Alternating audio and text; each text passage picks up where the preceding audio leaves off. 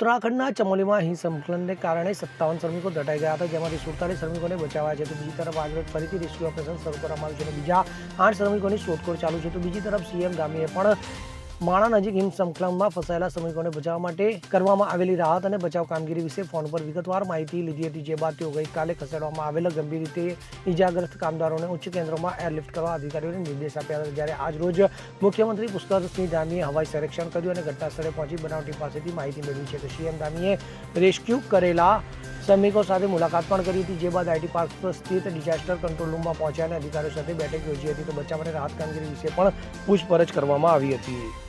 Bureau report CN24 news. હવે જુઓ દેશ દુનિયાની તમામ ખબરો તમારી આંગળીના ટેરવે.